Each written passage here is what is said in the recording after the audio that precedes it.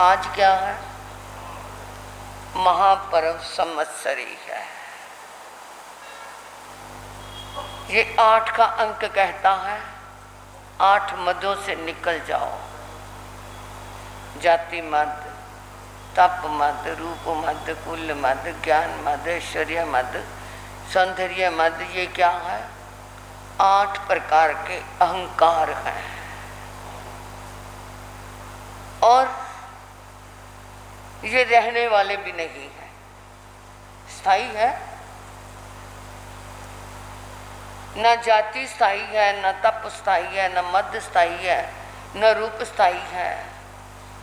तो ये इनका मद क्या करना, इनका अहंकार क्या करना? जो शाश्वत ही नहीं है उसका अहंकार क्या करना, जो आज है और कल नहीं है। मैं कितना सुंदर हूँ, सुंदरता के बखान किए नहीं जाते हैं। अगर एक बार चेचक निकल आई तो सारा जोश निकल जाएगा, सारा रूप बिगड़ जाएगा। रीढ़ की हड्डी में दर्द हो जाए, झुक जाओ तो सारी क्या हो जाएगी? सारी अकड़ निकल जाएगी। मैं सुंदर, मैं सुंदर, मेरा सुंदर। अरे ये सौंदर्य का क्या अहंकार करना, ये धन का क्या अहंकार करना। कईयों को रोड़पति से करोड़पति होते देखा और कईयों को करोड़पति से रोड़पति होते देखा। तो इसका भी क्या मान करना। तो ये 8 का अंक कहता है कि इन मदों से निकल जाओ। बल्कि ये अभी तक आपने कितना वर्णन सुना, सभी में महापुरुषों का वर्णन आपने सुना।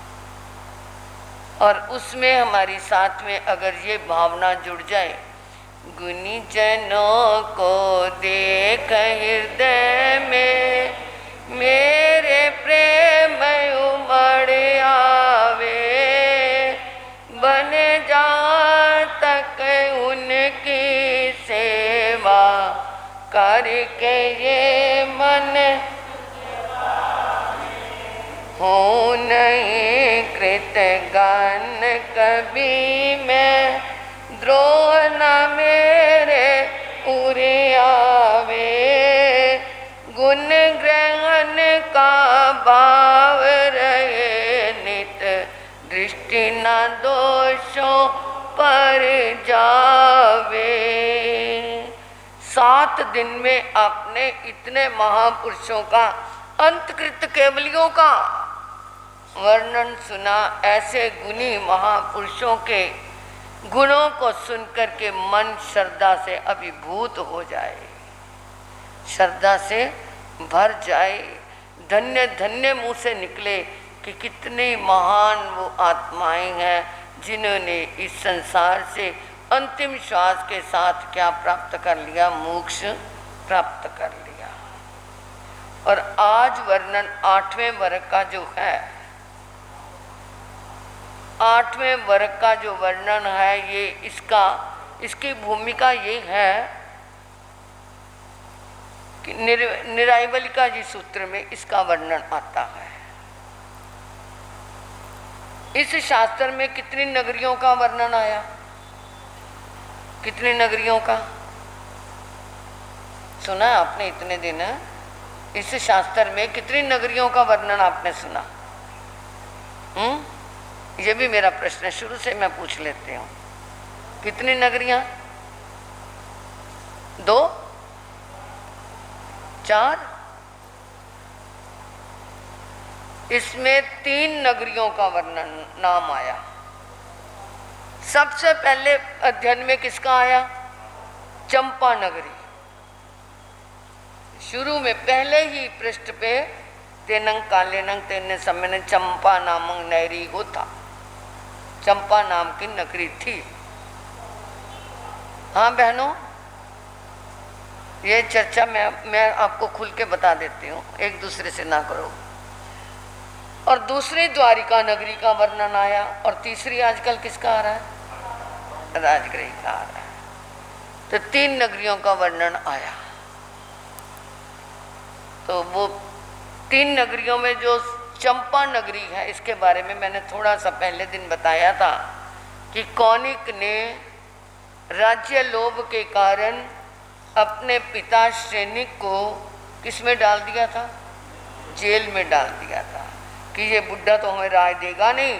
10 भाइयों को अपनी तरफ सिखा पढ़ा के कर लिया। वो कहते ना, इंसान को सिखाने पढ़ाने से, लोभ देने से लोभ आया, लाभ हुआ तो लोभ आ गया। उसने कहा मैं तुम्हें राज्य भी दूंगा, तुम्हें अधिकारी भी बनाऊंगा। तो उनको करके 10 माताओं के बेटों को अपनी तरफ करके उसने क्या कर लिया था? पिता को जेल में डाल दिया था। और माता चेलना के समझाने पर कि तेरे पिता तो तेरे लिए कितने सुख की राशि लेकर के आए, तुझे मरने से बचाया, तो उसका मन सुधर गया और अपने पिता को बचाने जा रहा था। परंतु पिता का दिल देखो, उसने देखा दूर से ही हाथ में कुल्हाड़ा लेकर के आ रहा है, ये अब मुझे मारेगा, अरे मैं तो मर जाऊंगा, कल को दुनिया क्या कहेगी, ये क्या है? पिता का हत्यारा है, ये पिता को इसने मारा था। तो उन्होंने अपने आप ही वो जहर जो अंगूठी में था चूस करके वो मर गए थे। अब वो जब तक वहाँ पहुँचा, अपने हाथों से वो चाहता था वो सलाखें तोड़ूंगा और अपने पिता को निकाल करके माफ़ी मांगूंगा, परंतु जाने से पहले ही क्या हो गए थे? पिता काल कबलित हो गए थे। बड़ा मन दुखी हुआ, बहुत परेशान हुआ। जब भी सिंहासन पे राज दरबार में बैठता उसका मन परेशान हो जाता। पुरानी यादें उसे परेशान करती कि इस सिंहासन को पाने के लिए मैंने अपने पिता को खो दिया। अब उसका मन नहीं कहीं लगता। तो उसने कहा मैंने तो अब राजगृह में रहना ही नहीं, कोई और नगरी बसाओ, मैं कम से कम इन यादों को भूलना चाहता हूँ। पुरानी यादों को भूलने के लिए इंसान को उस स्थान को छोड़ना पड़ता है, परंतु दोबारा दोबारा उसी स्थान को ग्रहण करते हुए क्या वो यादें मन को परेशान नहीं करती? दुखी करती है।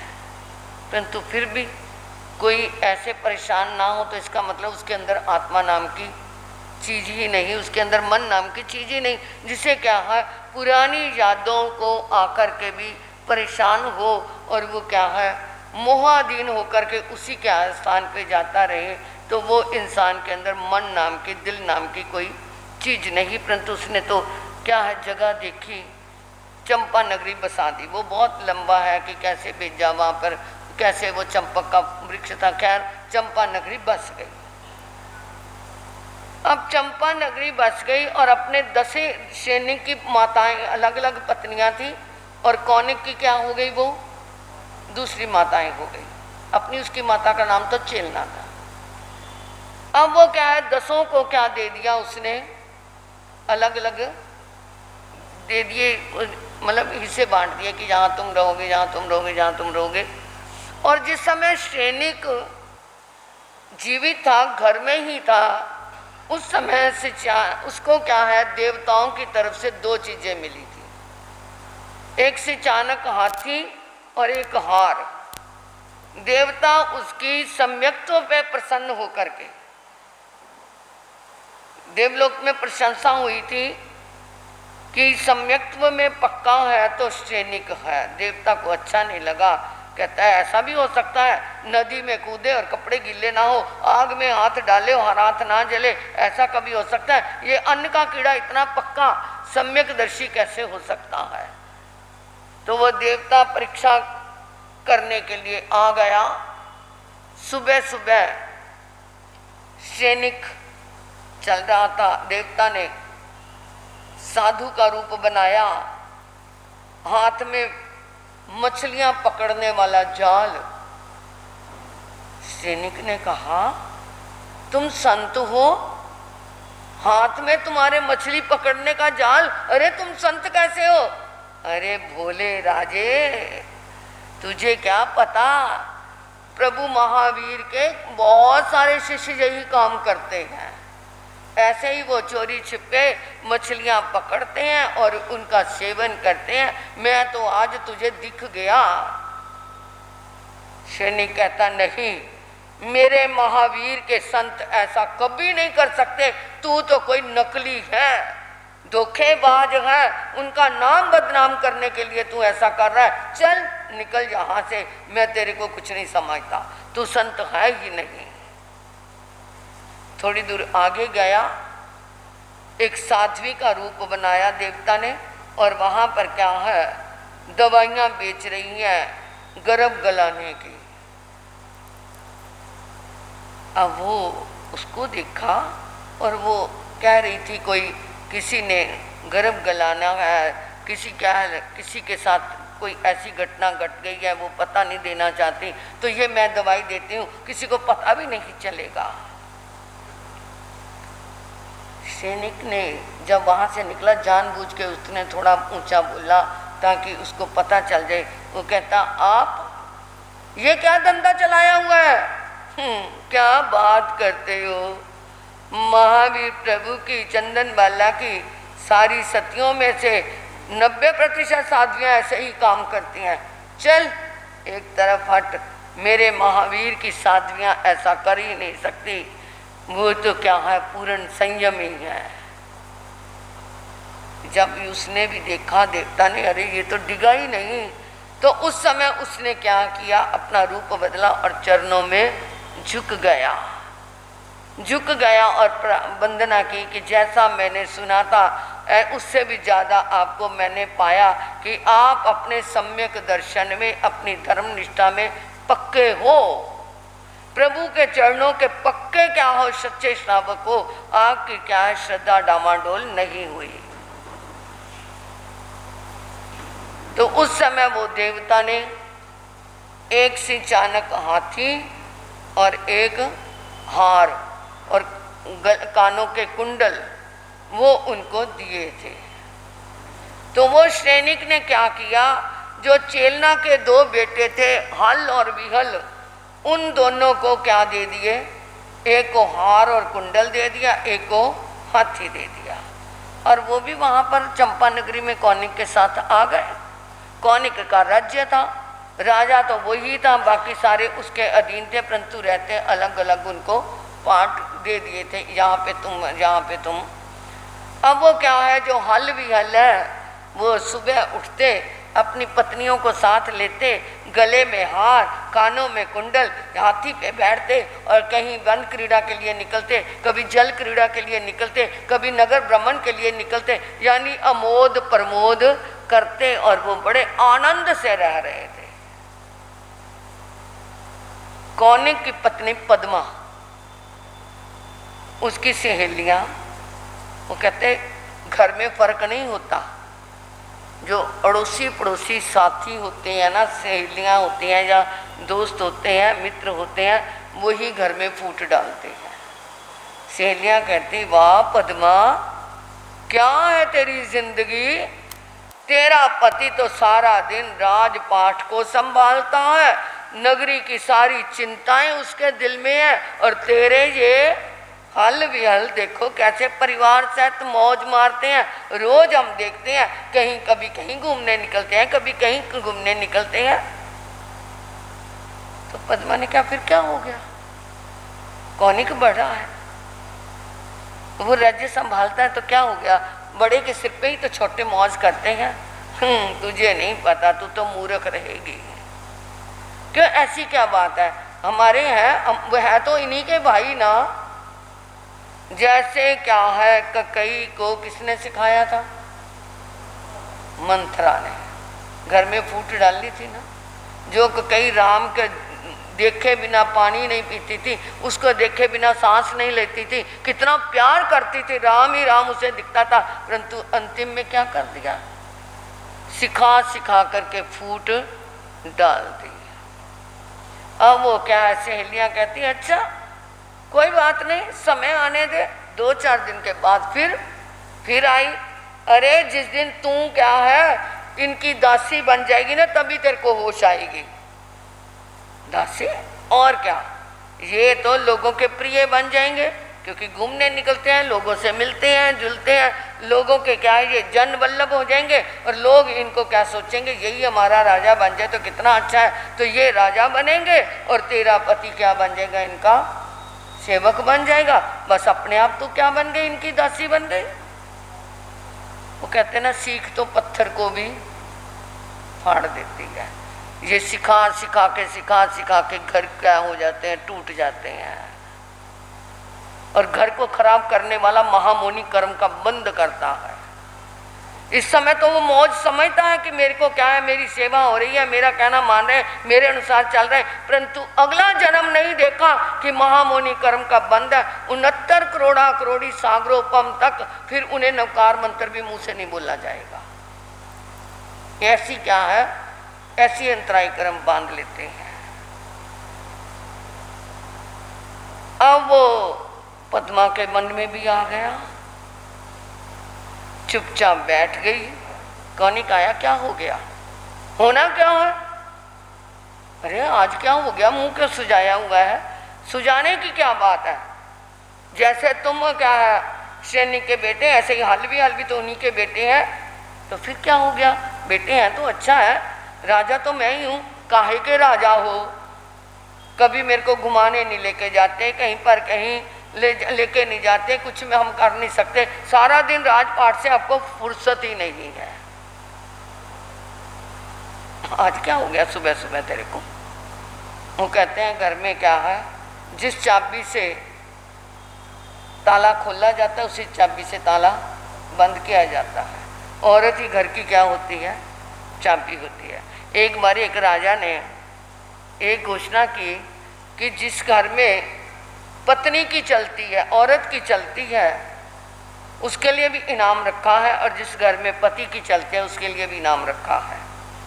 जो पत्नी की चलती है जिस घर में, वो आए और यहाँ पर मैंने सेब रखे हुए हैं, एप्पल मतलब, आज वैसे नाम नहीं लेना चाहिए समझ रही है, परंतु मैं खिलाऊंगी नहीं, एप्पल रखे हुए हैं, जिस घर में पत्नी की चलती है वो क्या है, सेब उठा के ले जाएगा, और जिस घर में पति की चलती है, मर्द की चलती है, वो क्या है, मेरी घुड़शाला में से जौन सा घोड़ा पसंद आए वो ले जाए।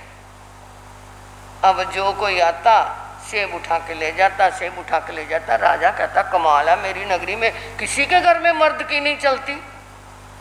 शाम के समय एक हट्टा कट्टा नौजवान है, मूछों को ताव देता हुआ, मोटी मोटी आंखों वाला, एकदम अकड़ के आया, महाराज मेरे घर में मेरी चलती है, तो जा घोड़ा ले जा, जौन सा पसंद है। घुड़शाला में गया, एक जो उसको सुंदर लगा घोड़ा लेके चला गया। जब चला गया तो फिर थोड़ी देर में वापस आया। वापस आया तो कहते क्या बात भाई, कहता मैं घर काले रंग का घोड़ा लेके गया तो मेरी पत्नी कहती ये काले रंग का नहीं लाना, अशुभ होता है, तो जाओ सफ़ेद लेकर के आओ, शांति का प्रतीक होता है। वो कहता घोड़ा यहाँ रख जा और सेब ले जा, क्योंकि तेरी नहीं चली। अब वो क्या है, रात बीत गई, मतलब अभी रात हो गई, आधी रात को महामंत्री आया राजा को उठाया, महाराज एक बात कहनी थी। क्या?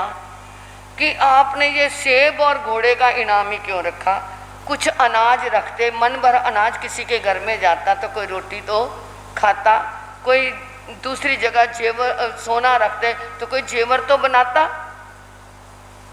कहता है ये बात तो ऐसी है, मैंने भी सलाह करी थी अपनी रानी से, तो उसने कहा यही ठीक है। राजा कहता मैंने तो सलाह करी थी, मेरा मन भी अनाज और सोना देने का था, परंतु रानी ने कहा यही ठीक है। कहता महाराज आपके लिए सेब दूं? राजा मुस्कुराने लगा। उसने मंत्री से, वो जो महामंत्री आया उससे कहा कि भाई ये बात तो तुम मुझे सुबह भी कह सकता था। कहता क्या करता, मेरी पत्नी ने कहा अभी जाओ तो ये क्या है, किसी की भी चलती है तुम्हारी है? नहीं चलती। हाँ वो बच्चे अभी तूने क्या देखा जो तू कहता नहीं चलती तो वो यहाँ ऐसे ही पद्मा का हुआ। महारानी पद्मा को कौन कहता करना क्या है? कहते तुम्हारे भाइयों को जो हाल विहल है उनको जो सिचानक हाथी मिला है, हार और गले कानों के कुंडल मिले हैं, ये उनसे वापस लो, क्योंकि जब राज्य की संपत्ति सारी एक जैसी है तो उस पर तुम्हारा अधिकार होगा। उसने कहा देख पद्मा, बात ऐसी है, ये पिताजी ने उनको एज ए गिफ्ट उपहार रूप में दिए थे, इसका राज्य संपत्ति से कोई भी मतलब नहीं है। जो पिता ने अपने हाथों से दे दिया उस पर मेरा काहे का अधिकार है? अपने हमारी शादी में भी तो पिताजी ने कितना कुछ दिया, उन्होंने मांगा हमारे से, ये भी उन्होंने उनको दे दिया। नहीं जी मुझे तो चाहिए।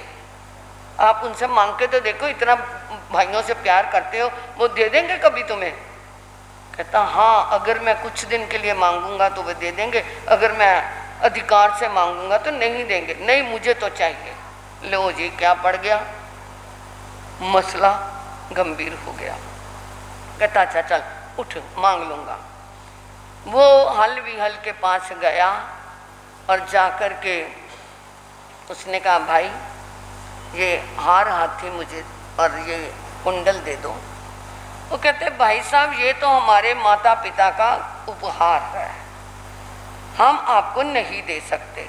हाँ वैसे कभी पहनने के लिए लेना है या हाथी की सवारी करने के लिए हाथी लेना तो हमें कोई वो नहीं है, भाई का भाई के पास पूरा अधिकार होता है, परंतु आप कहो कि ये राज्य की संपत्ति है तो हम नहीं दे सकते। कौनिक ने कहा फिर मैं तुम्हें देख लूंगा। अरे क्या देख लोगे, परंतु चीज तो हमारी है। जिस तरीके से वो कौनिक बोल के गया था, हाल विहाल ने सोचा या आखिर इसके पक्ष में ये हमारे दूसरे भी 10 भाई हैं तो ये तो मामला गड़बड़ हो जाएगा, हम भी क्या है लड़ाई नहीं करना चाहते। रातों रात हाथी पे बैठे और वो क्या है वैशाली नगरी में चेड़ा राजा उनका नाना था, नाना के यहाँ पहुँच गए। नाना को जाकर के सारी बात बताई कि ऐसे ऐसे हमारी ये चीज़ें मांग रहे थे, हमने दी नहीं और उन्होंने हमें युद्ध के लिए ललकारा है। तो चेड़ा राजा ने कहा जो मेरी शरण में आ गया मैं उसे शरणार्थी को पूरी शरण दूंगा, और वैसे भी तुम मेरे क्या लगते हो, मेरे देवते लगते हो, तो मैं तुम्हारे साथ हूँ। और इधर कौनिक ने सुबह देखा वो तो है नहीं, पता कराते कराते पता लगा वो तो वैशाली नगर में पहुँच गए और नाना के यहाँ पहुँच के कहला करके भेजा ये इनको वापस भेज दो, नहीं लड़ाई के लिए तैयार हो जाओ। चेड़ा राजा ने कहा हाँ हम तैयार हैं। किसके लिए? ये जड़ चीजों के लिए। अब वो क्या है तैयार हो गए, लड़ाई की तैयारियां हो गई। इधर 10 भाई कौनिक के 10 भाई और उधर वो क्या है चेड़ा राजा और क्या है 9 मल्ल देश के राजा, 9 लक्ष देश के राजा, 18 देशों के राजा उसके साथ थे। युद्ध के लिए तैयारियां हो गई। कंटक मुसल युद्ध हुए, शिला युद्ध हुआ और क्या है कौनिक का पुराना मित्र था जो इंद्र बना हुआ था, उससे प्रार्थना की मेरी सहायता करो, परंतु ये युद्ध चलता रहा। और उसी समय वहाँ चंपा नगरी में प्रभु महावीर का क्या हो गया पदार्पण हो गया। जब पदार्पण हुआ तो वो 10 बेटों की यानी श्रेणी की 10 पत्नियां काली, सुकाली, महाकाली, कृष्णा, महाकृष्णा, महासेन कृष्णा, पितृश्री कृष्णा आदि क्या है प्रभु महावीर के चरणों में गई, प्रवचन सुना। उसके बाद उन्होंने प्रभु महावीर से एक प्रश्न रखा। मन तो उनका अशांत था कि बच्चे कहाँ गए हुए हैं, युद्ध में गए हुए हैं। 10 रानियों के 10 ही बेटे थे, एक एक बेटा उनका था। मन बड़ा परेशान था, उन्हें कोई खबर भी नहीं मिल रही थी कि वहाँ युद्ध में क्या हो रहा है। प्रभु महावीर से उन्होंने प्रार्थना की, प्रभु हमने अपने बेटों को जाते हुए पीठ देखी थी, मुंह कब देखेंगी? पीठ यानी उनको हमने विदा कर दिया था, अब वो वापस कब आएंगे? प्रभु महावीर ने कहा देखो देवियों, वो तो युद्ध में क्या हो चुके हैं, युद्ध में वीर गति को प्राप्त हो चुके हैं। 10 रानियों ने जब सुना कि हमारे बेटे चले गए, मूर्छित हो गई। थोड़ी देर में होश आई, रोने लगी। रोते रोते ख्याल आया प्रभु के चरणों में खड़ी हैं, और प्रभु की क्या थी, सात्विक ऊर्जा उनको, उनकी शुभ लेशा उनको स्पर्शित कर रही थी। तो उनके मन में जो आर्त ध्यान था वो थोड़ी ही देर में क्या हो गया, खत्म हुआ। दसों रानियां आपस में गले मिलके कहती हैं, बहन अब हमारा पति भी नहीं है और बेटे भी नहीं है, संसार का क्या करना है, संसार भोग लिया बहुत, चलो अब हम क्या है प्रभु के चरणों में ही अपना स्थान बना लें। दसों रानियां गुनगुनाने लगी, चलो मन समझा लइए, चलो मन समझा, दुनिया तो नहीं अपनी, प्रभु अपना बना लइए, दुनिया तो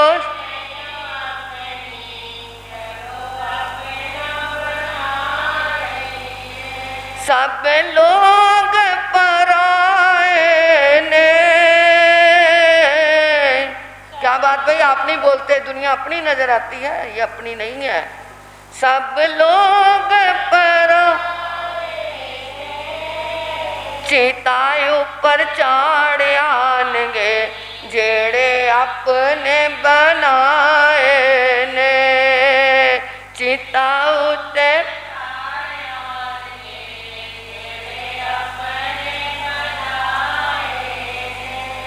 अब दसों रानियां गुनगुनाने लगी कि कोई अपना नहीं है, चलो प्रभु के चरणों में ही अपने आप को समर्पित कर दें। इस तरह ये दसों रानियों का वैराग्य है।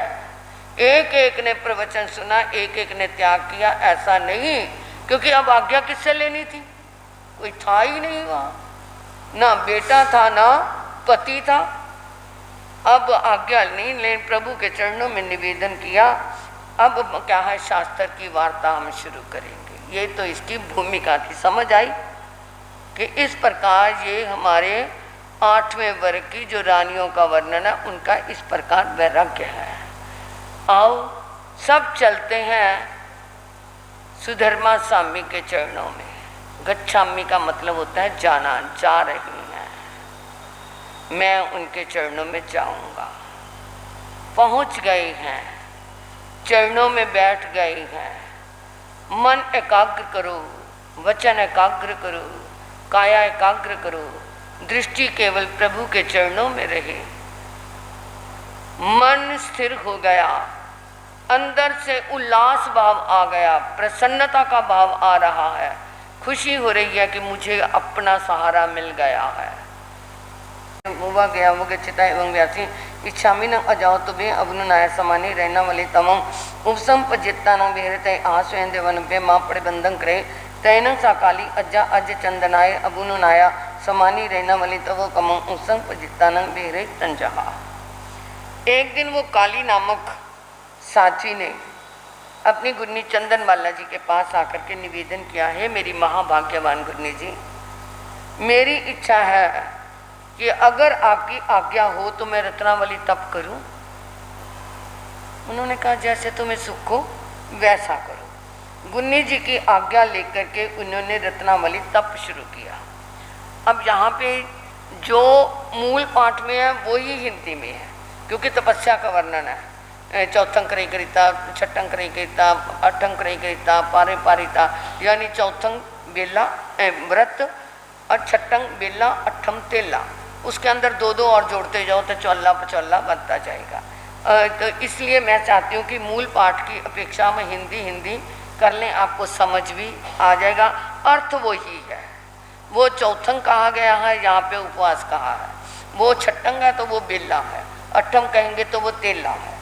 इस तरह उन्होंने जब आज्ञा ली तो इस प्रकार उसकी आराधना करने में काली रानी ने रत्नावली तपस्या करने में सबसे पहले उपवास किया, फिर पारना किया, पारना करके तेला किया, पारना करके 8 बेले किए, फिर पारना करके उपवास किया, पारना करके बेला किया, पारना करके तेला किया, ऐसे बीच बीच में करते करते चौला किया, फिर 5 किए, 6, 7, 8, 9, 10, 11, 12, 13, 14, 15, 16 तक किए। यानी बीच में जैसे 16 का उपवास का 16 उपवास किए, एक ही पारना किया और दूसरे दिन फिर 15 शुरू कर दिए।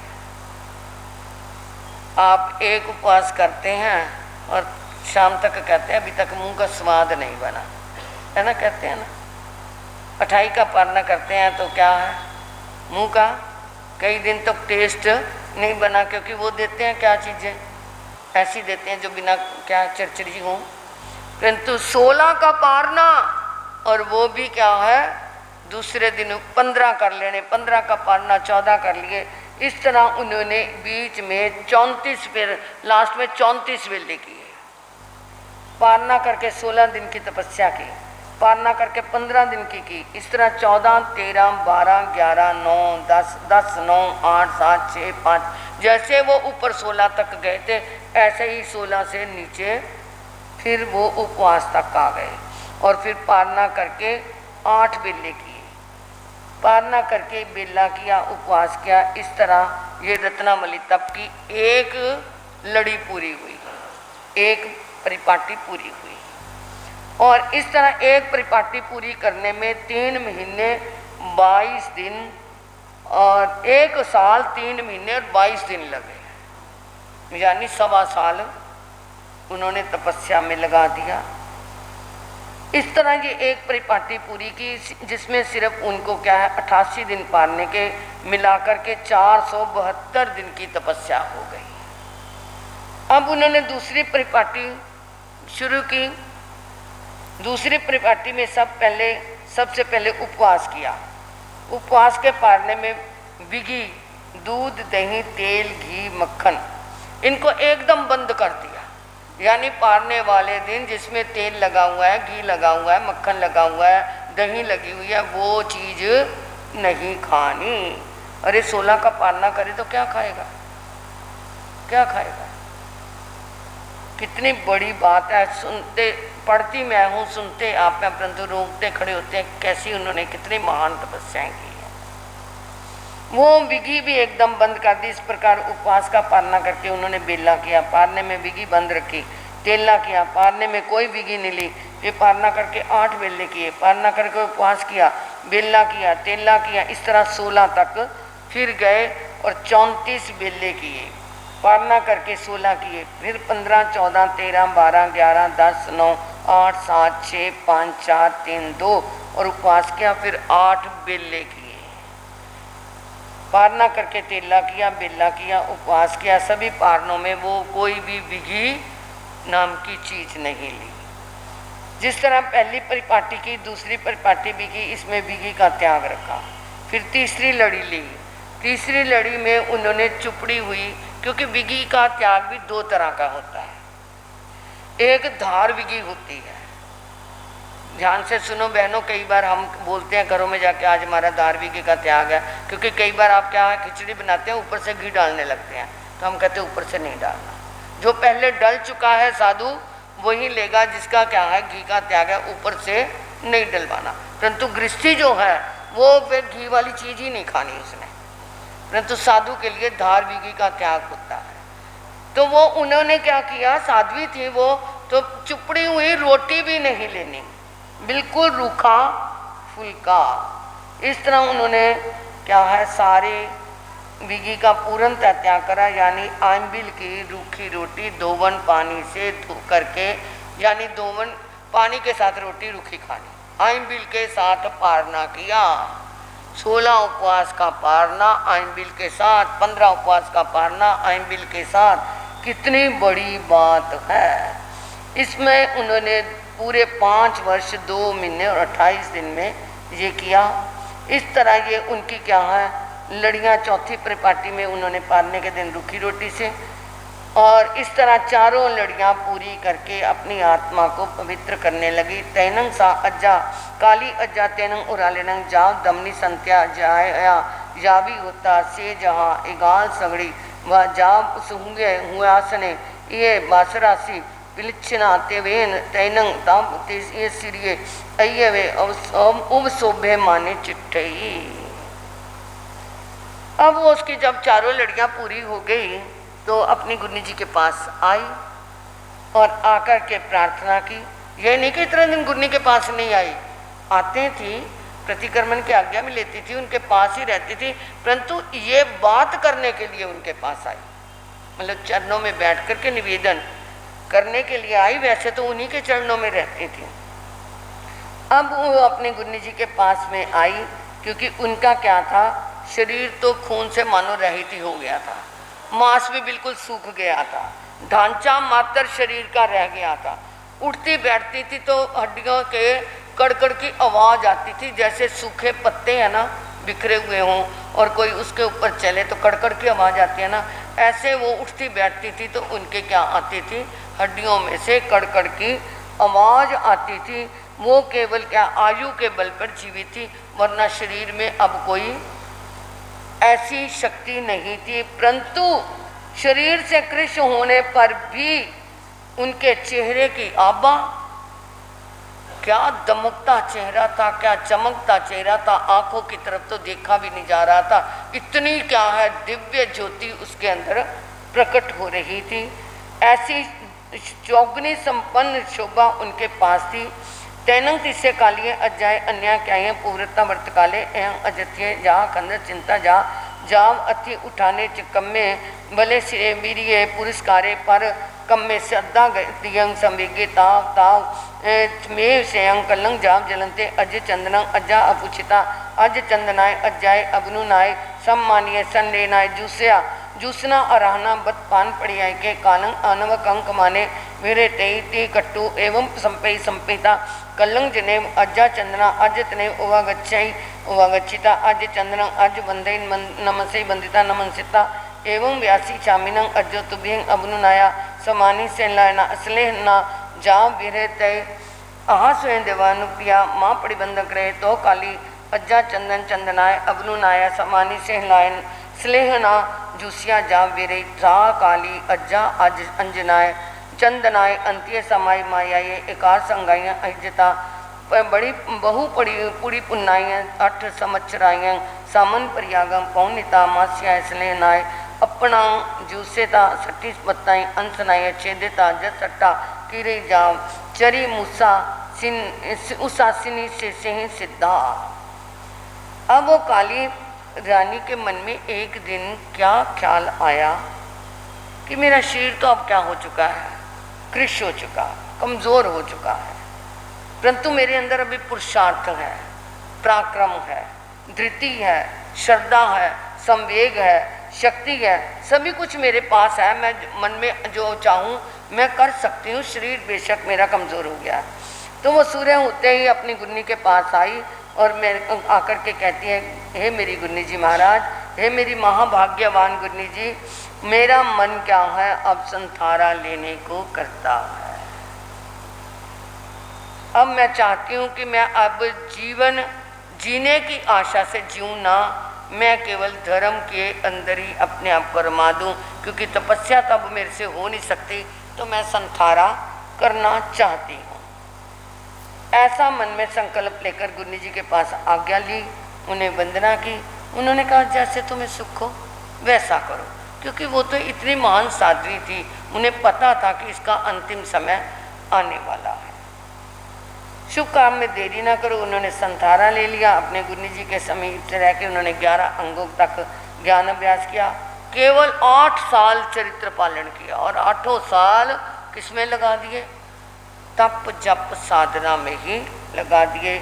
और 1 महीने के संथारे में संपूर्ण घनघाती कर्मों का अंत कर अंतिम श्वासोच्छ्वास के साथ वे सिद्ध गति को प्राप्त हुए। बोलिए काली नामक आर्या की उखे वो बिये जैनस एवं कल जम्मू तेन कालेन तेन समय चंपा नाम नैरी पुन बद्दे चाहिए कोनिय राया तत्व सैन्य सरनो बज्जा कोनिय सरनो चूल महुआ सुकाली नामक देवी होता जहाँ काली तहाँ सुकाली भी निकंता जहाँ बुहे चौथंग अपनम भावे माने मेरे तेन से सुकाली अज्जा अन्याय क्या जने अज चंद्रा अज्जा जाम इच्छा से निशामिनं भजो तुभे अब्नुनाया समानी कनगावली तव कमं संपजितानु वीरते तैवं चाह रेनावली तहा कनगावली नवरंग तिसु ठानेसु अट्टमायं करही जहाँ रेनावली चट्टाई एकाई परिवाड़िये संवत्सरो पंच मासा 18 दिवसा शेषंग तेव नव मासा प्रियाओ जाम सिद्धा।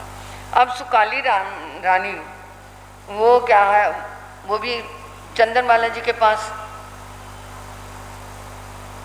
चंदन बालाजी के पास क्या उन्होंने भी दीक्षा ली और वो भी क्या है आकर के अपनी गुरनी जी के पास आई और प्रार्थना की कि गुरनी जी महाराज जिस प्रकार ये काली नामक माँ सती जी ने रत्नावली तप किया है, मेरी इच्छा है मैं कनकावली तप करूं, क्योंकि वो हार पहनती थी तो उन हारों के नाम किसी का रत्नावली था, किसी का कनकावली था, किसी का कोई था। तो उन्होंने सोचा जैसे ही हाथ में बीच बीच में क्या होते हैं पेंडेंट बने होते हैं, वहाँ पर वो बेले तेले कर देती हैं, जहाँ पर लंबी लड़ियाँ हैं वो कुंडी से कुंडी मिली हुई है चेन में, वहाँ पर वे उपवास करती जाती हैं। इस तरह उन्होंने कहा मुझे क्या करना है, कनकावली तप करना है। इसमें अंतर कितना है कि उसमें 3 जगह पर 8-8 बेले और 34 बेले आए और यहाँ पर इन्होंने उस जगह पर क्या कर दिए, तेले कर दिए। इस तरह एक लड़ी पूरी करने में 1 वर्ष 5 महीने 12 दिन लगे और 88 दिन पारने के आए और 1 वर्ष 2 महीने और 14 दिन की तपस्या के आए। ये चारों लड़ी पूरी करने में 5 साल 9 महीने और 18 दिन लगे। इस तरह उन्होंने कनकावली तप किया। कनकावली तप करने से शरीर सूख कर कांटा हो गया और फिर उन्होंने अंतिम दिनों में संथारा किया और 9 वर्ष का चैत्र पालन किया और वो मोक्षदान में पधार गई। बोलिए सुकाली नामक आर्या की एवं महाकाली भी नवरंग खुड़ांगंग सी निकीली हो तो वो कमाऊँ संपजिता न वेरे तंजा चौथंग करई करिता साकांगुनि पारी पारिता। इस प्रकार महाकाली जो आर्या वो भी अपनी गुरनी जी के पास आई और उन्होंने क्या है आकर के अपनी गुरनी जी से प्रार्थना की कि मैं क्या करना चाहती हूँ, आपके चरणों में लघु सिंह निष्क्रियत तप करना चाहती हूँ। तो उन्होंने आज्ञा दे दी। अब वो लघु सिंह निष्क्रिय तप में क्या होता है, सबसे पहले उपवास, फिर पारना करके बेला, पारना करके फिर उपवास, पारना करके तेला, यानी तेला किया पारना किया, चौला किया पारना किया, पचौला किया पारना किया। इस तरह करते करते उन्होंने 9 तक ये लड़ी ली और 9, 8, 7 दोबारा फिर 9 से 8, 7 करते पहले तक नीचे आ गए। इस तरह करते करते बीच बीच में बेला तेला चौला करते हुए लघु सिंह निष्क्रिय तप की ये एक लड़ी, दूसरी इसमें 33 दिन तो पारने के आते हैं और 5 महीने 4 दिन की तपस्या आती है। चारों लड़ियां पूरी करने में 2 वर्ष 28 दिन लगे और इसके अंदर वही लड़ी कि पहले तो वो पारना करती थी, दूसरे में वो क्या करती थी बिगी का त्याग करती थी, तीसरे में चुपड़ी हुई रोटी का त्याग कर दिया, चौथी में आइमिल के साथ पारना किया। इस तरह ये लघु सिंह निष्क्रिय तप की महाकाली आर्या ने जो क्या है पूरी तपस्याएं करने के बाद फिर छोटी तपस्याएं की, अंतिम समय में संसारा करके संपूर्ण कर्मों को नाश करके इस तरह वो अपने मोक्षधाम में पहुंची। राजा श्रेणी की पत्नी कोने की छोटी माता कृष्णा रानी ने भगवान का भी उपदेश सुना और चंदन बालाजी के पास दीक्षा ली और जैसे महाकाली आर्या ने लघु सिंह निष्क्रिय तक किया 9 तक की तपस्या की, इसी तरह इन्होंने अपनी लड़ी पूरी करते हुए पहले उपवास, पारना, बेला पारना, तेला पारना, चौला पारना, पचौला पारना, ऐसे उन्होंने करते करते 9, 8, 9, 10, 11, 12, 13, 12, 14 यानी 14 फिर 12 फिर 15 फिर 13 ऐसे करना शुरू किया और इस तरह ये एक लड़ी पूरी की जिसमें 61 दिन पारने के और पूरे 1 वर्ष 4 महीने 17 दिन यानी 1 साल और 4.5 महीने से ऊपर उनकी तपस्या हुई। 497 दिन की ये तपस्या एक परिपाटी के साथ दूसरी, दूसरी का तीसरी, तीसरी का चौथी, पूरे 6 वर्ष तक 6 वर्ष 2 महीने और 12 दिन की तपस्या की। इस तरह ये महानिष्क्रियत तप किया और कृष्णा आर्या ने अपनी फिर छोटी छोटी तपस्याएं करते हुए अंतिम समय में संथारा लेकर के मोक्ष धाम में पधारी। बोलिए कृष्णा आर्या की। इसी तरह इस श्रेणी की पत्नी कौने की छोटी माता सुकृष्णा रानी ने भी चंदनवाला जी के पास दीक्षा ग्रहण की थी और उन्होंने क्या है गुरु जी से आज्ञा ली कि वो सप्त सप्तिमा का भिक्षु परिक्रमा करना चाहती है। सप्त सप्तिमा क्या होती है?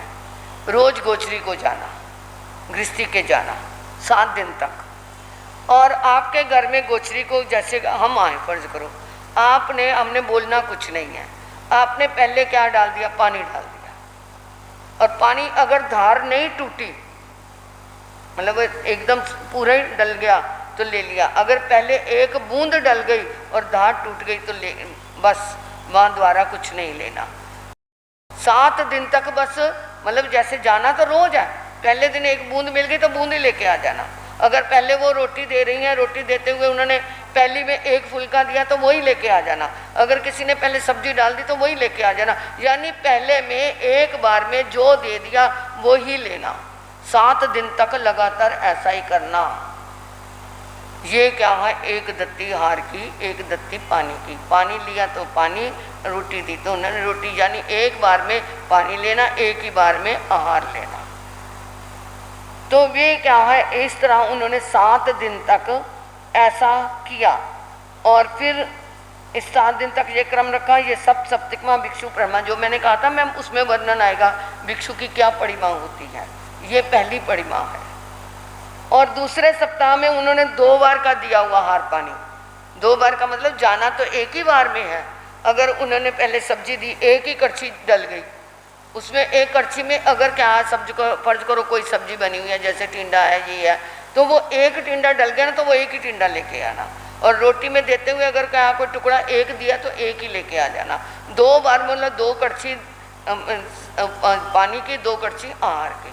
अगर पहले रोटी दे दी तो रोटी ले लेनी, पहले सब्जी 2 बार दे दी तो वो सब्जी ले लेनी। ऐसे बहुत मुश्किल है ये। कई बार घरों में जाओ तो क्या है, कई बार तो वो कहीं चीनी के 4 दाने ही दे देते हैं तो वही लेके आ जाना। यानी कि ऐसी ये 8 दिन तक उन्होंने फिर ऐसा किया। इस तरह ये तीसरे सप्ताह में उन्होंने क्या है, दूसरे सप्ताह में 2 बार का दिया हुआ, तीसरे सप्ताह में 3 बार का दिया हुआ, चौथे सप्ताह में 4 बार का, 5वें सप्ताह में 5 बार का। इस तरह 7 दिन तक ये 7 तक लेके गए। इसके पूरे कितने दिन हो गए? 49 दिन हो गए। इस तरह सुकृष्णा आर्य ने तपस्या को समाप्त करके अपने गुरु जी से आके वंदना की कि मैं अष्टमी का, फिर वो 8 दिन की, फिर वो क्या उन्होंने उसकी आज्ञा दी, यानी 8 बार का दिया हुआ लेना 8 दिन तक। फिर इसमें 64 दिन लगे। फिर उन्होंने क्या है, ऐसे करते करते सुकृष्णा आर्य ने अष्टमी का भिक्षु परिक्रमा ग्रहण की। इसमें 64 दिन लगे। और तीसरे, चौथे, 5वें, 6ठे, 7वें, 8वें नित्य प्रति 2, 3, 4, 5, 6, 7, 8 बार गृहस्थी के द्वारा दिए गए आहार पानी को ग्रहण किया और अपना जीवन धारण करते हुए इसमें 64 दिन लगे। इस तरह 288 बार केवल आहार पानी लिया गया। 64 दिन में 288 दत्तियाँ आई। मतलब एक बार 8 दिन में 8 आहार की 8 उसकी तो 16 तो ये हो गई। केवल 288 दत्ती उन्होंने आहार पानी के लिए। इस तरह नवमी का भिक्षु परिक्रमा की। फिर उन्होंने 10वीं का भिक्षु परिक्रमा की, 10 दिन तक। ऐसे तक ये 100 दिन इसमें लगे। इस तरह महाकृष्ण आर्य ने क्या करा, अपने देखा शरीर तो अब क्या हो गया है, कृष्ण क्या हो गया, कृष्ण हो गया है। और इस तरह लघु सर्वतोभद्र की आराधना करने में उन्होंने प्रथम उपवास, पारना, बेला, तेला, चौला, पचौला, तेला, चौला, पचौला, उपवास, बेला, तेला, चौला, पचौला। इस तरह लघु सर्वतोभद्र महाकृष्णा ने किया। और इससे क्या एक लड़ी पूरी करने में 75 दिन तपस्या के, और पूरी परिपाटियाँ पूरी करने में उन्होंने अपने बीच में वही बिगी का त्याग, बीच में वही रूखी रोटी का भी त्याग, बीच में वही आइंबिल से पारना, ऐसे ही ये तपस्या के चारों परिपाटियाँ उन्होंने 300 दिन में पूरी की। और महाकृष्णा आर्य ने लघु सर्वतोभद्र तप करने के बाद छोटी छोटी तपस्या की और अंतिम समय में संतारा लेकर के संपूर्ण कष्टों को, कर्मों को खत्म करती हुई जन्म मरण से छुटकारा पाया। इसी प्रकार वीर कृष्ण आर्य ने अब गुरु जी के पास आकर के फिर प्रार्थना की, वीर कृष्ण आर्य श्रेणी की पत्नी जीवन भर उसके गीत गाते रहे, मैं ये करती हूँ, मैं ये करता हूँ। अरे जो दिन आते हैं उसमें वो कर लो। तो उसी क्या है, वो कहते हैं ना पूर्णमासी वाले दिन या किसी दिवाली वाले दिन तो पूजा ना को आगे पीछे गीत गाते फिर तो उसका कुछ फायदा नहीं। ये क्या है, दिवाली वाले दिन भगवान का निर्वाण का दिवस होता है, उस दिन हमने आराधना नहीं की। अरे मैं तो रात को खाती नहीं, मैं तो रात को खाता नहीं, मैं ये करता हूँ, मैं वो करती हूँ। ये करने से कहने से तो अपने क्या है उल्टा करने वालों की और तो करके दिखाएं, कर्मों का बंधन करते हैं अपनी क्या है। ऐसे करके जो दिन के अंदर किया जाए उसी तरह गीत घोड़ी के शादी वाले दिन गाए जाते हैं ना, आगे पीछे गाओ तो क्या कहेगा, कोई मूर्ख कहेगा ना।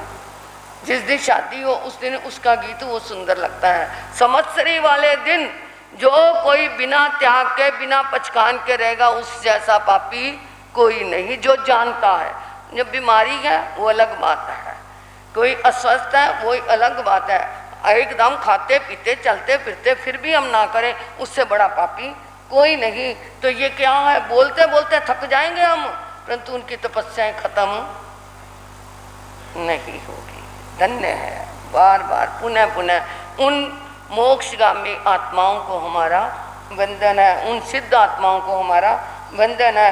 इस तरह उन्होंने देर तप की एक लड़ी पूरी की, उसके साथ ही दूसरी लड़ी में दूध दही तेल घी मक्खन सबको छोड़ दिया, और तीसरी लड़ी में चुपड़ी हुई रोटी भी छोड़ दी। चौथी लड़ी में आइंबिल के साथ पारना करना शुरू कर दिया। पारने के दिन भी क्या है, कोई भी ले वाली वस्तु नहीं ली। इस तरह चौथी परिपाटी हो गई पूरी, और इनमें पूरे क्या लगे, कुल 2 वर्ष 8 महीने 20 दिन पूरे लगते हैं। उस वीर कृष्णा आर्या ने महासर्वतोभद्र पूरा किया, फिर फुटकर तपस्या की और अंतिम समय में संधारा लेकर के मोक्ष धाम में पधार गई। बोलिए वीर कृष्णा आर्या की। इसी तरह ही राम कृष्णा आर्या श्रेणी की रानी कौनिक की छोटी माता, महावीर के उपदेश से वो चंदन बालाजी के चरणों में दीक्षित हो गई। उस नव दीक्षित, आजकल हम सोचते हैं छोटी है नव दीक्षित है, अभी से क्या कहना। मैं अपनी बात करती हूँ कि नव दीक्षित से क्या कहना, परंतु मैं बहुत इस मामले में कठोर हूँ। मैं करवा देती हूँ, छोटी छोटियों को भी करवा देती हूँ। यह मुक्ता ने 18 साल की उम्र में मांस का मन किया, गुरु जी मना कर रहे थे, गुरु कोई नहीं करा दो, कोई बात नहीं करा दो। हम वीरनगर में थे, मैं इस बात में मजबूत हूँ कि पता नहीं कोई समय होता है जब तक हो जाए, पता नहीं बाद में भाव चढ़े या ना चढ़े। हमारी ये सबसे छोटी साध्वी अदिति अरहती है जिसका नाम, इसने 12 साल की उम्र में मैंने इसे 15 व्रत करा दिए। कर लो, कोई नहीं, भाव चढ़े हैं तो कर लो, बाद में पता नहीं क्या शरीर के साथ अंतराय टूटनी है या नहीं टूटनी। इस तरह ये क्या है, तप हो जाए तो अच्छा। मैं तो इस मामले में कठोर हूँ। कोई लोच करता है तो मैं कभी ये नहीं कहती कि हाय बेचारी क्या हो रही है, करना है, साधु जीवन है। जो कठोर नहीं बनता वो छोटों का संयम नहीं पलवा सकता। ममता करते रहे तो समझो उनको हम नीचे गिराते जा रहे हैं, हम उनको फिसलाते जा रहे हैं। अपने आप को अगर हम बड़े बने हैं तो बड़े का कर्तव्य है कि उसको संयम में स्थिर करना। और कोई मुझे कहे महाराज जी तो कठोर है, हाँ भाई मैं कठोर हूँ, इस मामले में मैं कठोर हूँ। संयम के मामले में मैं बहुत मजबूत हूँ कि मैं ऐसे नहीं, शिथिलता नहीं करने देती। करो, फिर ना कोई करे तो वो उसकी मर्जी है, परंतु मैं कठोर हूँ। इस तरह वो क्या है, कौने की छोटी रानी को छोटी माता रामकृष्णा देवी ने भगवान के उपदेश सुन के अपने गुरु जी के पास आकर के प्रार्थना की कि मैं भद्रोत्तर नामक की तपस्या करना चाहती हूँ। तो उन्होंने कहा जैसे तुम्हें सुख हो वैसा करो। सबसे पहले पचौला किया, पारना करके 6 किए, पारना करके 7 किए, ऐसे 8 9 7 8 9 5 6 9 5 6 7 8 6 7 8 9 5 8 9 5 6 और 7 किए। इस तरह एक परिपाटी पूरी हुई। चारों पूरी परिपाटियाँ उन्होंने की। दूसरी परिपाटी में फिर उन्होंने क्या किया, 4 विधियों का 5 विधियों का त्याग किया। तीसरी परिपाटी में घी से लेपित वस्त्रों का त्याग किया। चौथी परिपाटी में आइंबिल से पारना किया। और एक परिपाटी पूरी करने में 175 दिन तपस्या के लगे। और केवल 25 दिन यानी 200 दिनों में केवल 25 दिन खाया और 175 दिन तपस्या की। और चारों लड़ियां पूरी करने में 2 वर्ष 2 मास 20 दिन लगे। रामकृष्ण आर्य ने छोटी छोटी तपस्याएं की और अंतिम समय में संथारा लेके मोक्ष धाम में पधारी। बोलिए रामकृष्ण आर्य की। अब वो कौनिक की छोटी माता और श्रेणी की पत्नी पितृश्रेण कृष्णा, वो भी क्या है अपनी गुन्नी जी के पास आई और आकर के उन्होंने प्रार्थना की। हाँ, आवाज़ क्यों आ रही है भाई बात करने की? कि मैं मुक्तावली तप करना चाहती हूँ। उन्होंने कहा जैसे तुम्हें सुख करो। पहले उपवास किया, पारना करके बेला किया, पारना करके उपवास किया, पारना करके तेला किया। एक एक उपवास और बीच बीच में उनकी संख्या 16 तक पहुंच गई। फिर इस एक लड़ी में वही क्या है, वही बिगी का त्याग, वही रूखी रोटी, वही क्या है दोबन पानी से लेना, ये चारों लड़ियां उन्होंने पूरी की। 3 साल और 10 महीने में ये मुक्तावली तप हुआ। इसी तरह ही महासेन कृष्णा वो भी अपने गुन्नी जी के पास आई और उन्होंने प्रार्थना की कि मैं क्या करना चाहती हूँ, वर्धमान आई मिल तप। वर्धमान आई मिल तप बहुत मुश्किल है, परंतु मैंने कई बहनों को भाइयों को वर्धमान आई मिल तप करते देखा। एक पहले उपवास करो, फिर 1 आई मिल करो, फिर उपवास करो, फिर 2 आई मिल करो, फिर उपवास करो, फिर 3 आई मिल, यानी एक एक बीच में उपवास और एक एक आई मिल बढ़ाते जाओ। ऐसे ये 100 तक जाना। जैसे 90 आई मिल हो गए तो 1 उपवास, फिर 91 आई मिल, फिर 1 उपवास, यानी कि ऐसे लड़ी गया। परंतु उन्होंने तो लगातार की।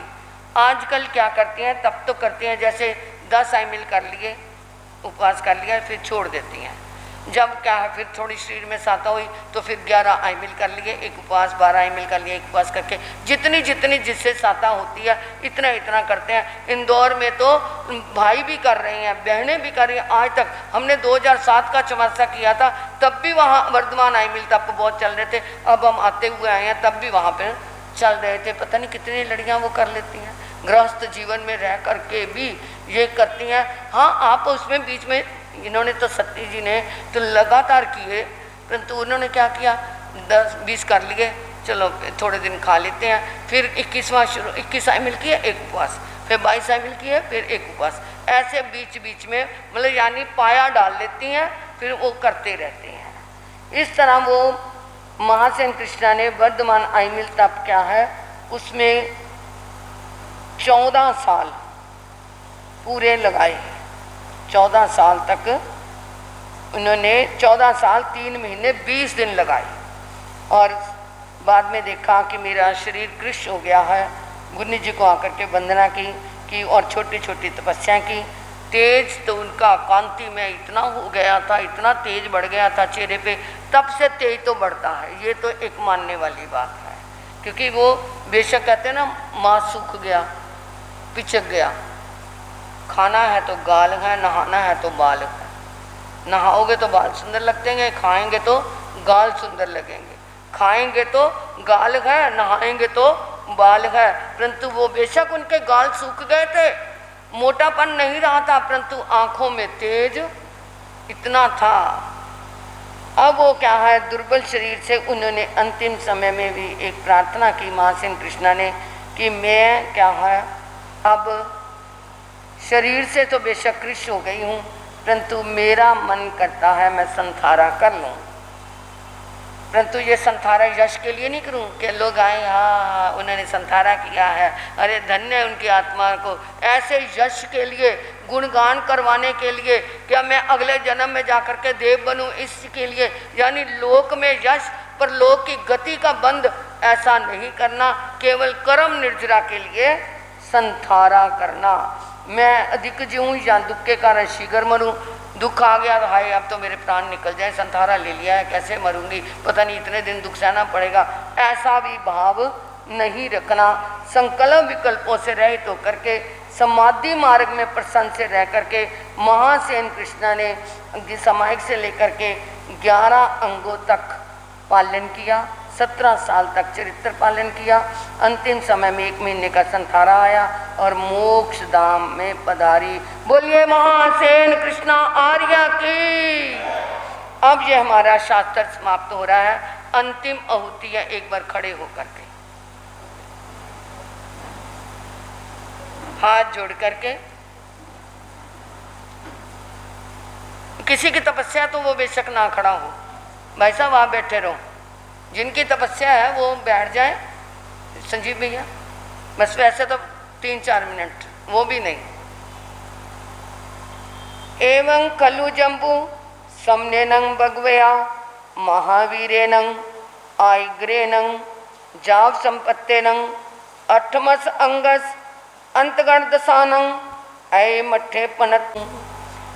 हे जम्बू, धर्म को प्रकट करने वाले प्रभु महावीर जो मोक्ष धाम में पधार गए हैं, उन्होंने 8वें अंग अंतगण सूत्र का ये बाप फरमाया है, जो मैंने तुम्हें ज्यों का त्यों सुना दिया है। जैसे मैंने प्रभु से सुना वैसा मैंने तुम्हें सुना दिया। इस अंतगण सूत्र में 1 श्रुत स्कंद और 8 वर्ग हैं, जिनमें केवल 8 ही दिनों में प्रभु ने फरमाया। इसके प्रथम और दूसरे वर्ग में 10-10 अध्याय है, तीसरे वर्ग में 13 और चौथे तथा 5वें वर्ग में फिर 10-10 अध्याय है, छठे वर्ग में 16 अध्याय है, 7वें वर्ग में 13, 8वें वर्ग में 10 अध्याय है। बाकी ज्ञाता धर्म कथांग सूत्र के अनुसार जानना चाहिए। बोलिए भगवान महावीर स्वामी की, बोलिए भगवान महावीर स्वामी की, बोलिए भगवान महावीर स्वामी की। आग में तिव्य प्रत्यय तंजा सुत्ता गमे अत्था गमे तदुव्या गमे वाशिर ज्ञान के विषय जे को अतिचार लगा ते मैं लऊं जंग वाई दंग बच्चा मिलिया न करं चक्रम पहनंग विनयन जोगिनी गोसने सुटू दिनंग दुठू पड़छं अकाले को सजाओ काले ना को सजाओ असजाइयं सजाइयं सजाइयं ना सजाइयं जो मैं शास्त्र यार को तस्मि छाम जे मैं शास्त्र यार को तस्मि छामि दुक्कड़ा जे मैं शास्त्र अयार को तस्मि छामि दुक्कड़ा। शास्त्र पढ़ते समय, सुनाते समय, बोलते समय, चिंतन करते समय मेरे द्वारा अक्षर से अक्षर मिलाया गया हो, हीन अक्षर बोला गया हो, लघु अक्षर बोला गया हो, अधिक अक्षर बोला गया हो, विनय से रहित बोला गया हो, घोष से रहित बोला गया हो, श्रेष्ठ ढंग से ना बोला गया हो, इसके लिए मैं अपने अंदर के भावों से हार्दिक रूप से प्रभु से क्षमा याचना करती हुई मैं तस्मि छामि दुक्कड़म करती हूँ। अब ये मेरा शास्त्र तो निर्विघ्न, गुरु जी की कितनी कृपा, उनकी अपार कृपा को मेरा पुनः पुनः वंदन। उनकी कृपा से देख लो कैसे शास्त्र हमारा किसी तरह का विघ्न नहीं आया। कई बार कुछ हो जाता है, परंतु निर्विघ्नता के लिए गुरु जी महाराज का धन्यवाद करती हूँ, प्रभु के चरणों में वंदन करती हूँ। अब हमारे प्रधान जी कुछ समय लेंगे, क्योंकि कारणवश इनको जाना पड़ता है, तो जाना है, तो इसलिए प्रधान जी बाद में अभी छोटी साधवियाँ बोलेंगी, उसके बाद मेरे को समय मिलेगा तो संवत्सरी के बारे में बताऊंगी, क्योंकि शास्त्र हमारा इसी समय तक पूरा होना चाहिए।